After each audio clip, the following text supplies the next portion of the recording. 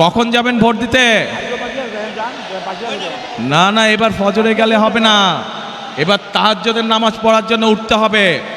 তাহাজ্জুদের নামাজ পড়বেন এবং ভোট কেন্দ্রের সামনে গিয়ে, যার যেই ভোট কেন্দ্রের সামনে গিয়ে ফজরের নামাজ জামাত করে আদায় করবেন এবং তারপরে লাইন দিয়ে ভোটের জন্য দাঁড়িয়ে যাবেন যখনই ভোট কেন্দ্র খুলবে। পারবেন ইনশাআল্লাহ? তাহলে কথা একটাই, করব কাজ, গড়ব দেশ, সবার আগে বাংলাদেশ। আল্লাহ হাফেজ। বাংলাদেশ জিন্দাবাদ, বাংলাদেশ জাতীয়তাবাদী দল জিন্দাবাদ। আসসালামু আলাইকুম।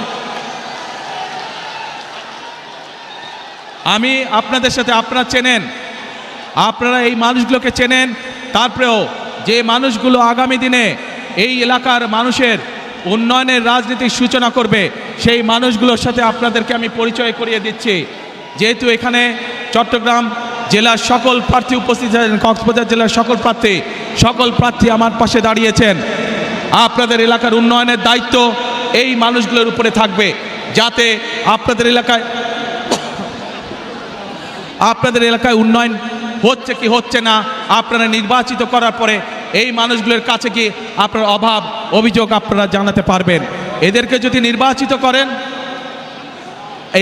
নির্বাচিত করেন আপনারা, তাহলে এরা আপনাদের কাছে জবাবদিহি করতে দায়বদ্ধ থাকবে। সকল মা বোন সহ সকল ভাইদের প্রতি আমার অনুরোধ, 12 তারিখে যাতে কেউ কোনোভাবে আপনাদের ভোটের অধিকার কেড়ে নিতে না পারে, সেই ব্যাপারে সদা সতর্ক দৃষ্টি রাখবেন। ইনশাল্লাহ সতর্ক থাকবে। আপনার সকলে হাত এই ডান শীর্ষে তুলেন। প্রিয় ভাই বোনেরা, এই আমার হাতের ডান এবং বাম পাশে যেই মানুষগুলো দাঁড়িয়ে আছে, এরা হচ্ছে ধানের শীষের প্রতিনিধি। ইনশাল্লাহ 12 তারিখে এদেরকে জয়যুক্ত করবেন, যাতে আপনার জীবনকে আপনি নিরাপদ করতে পারেন, আপনার এলাকার উন্নয়নকে আপনি নিশ্চিত করতে পারেন। আল্লাহ হাফেজ। বাংলাদেশ জিন্দাবাদ, বাংলাদেশ জাতীয়তাবাদী দল জিন্দাবাদ। আসসালামু আলাইকুম।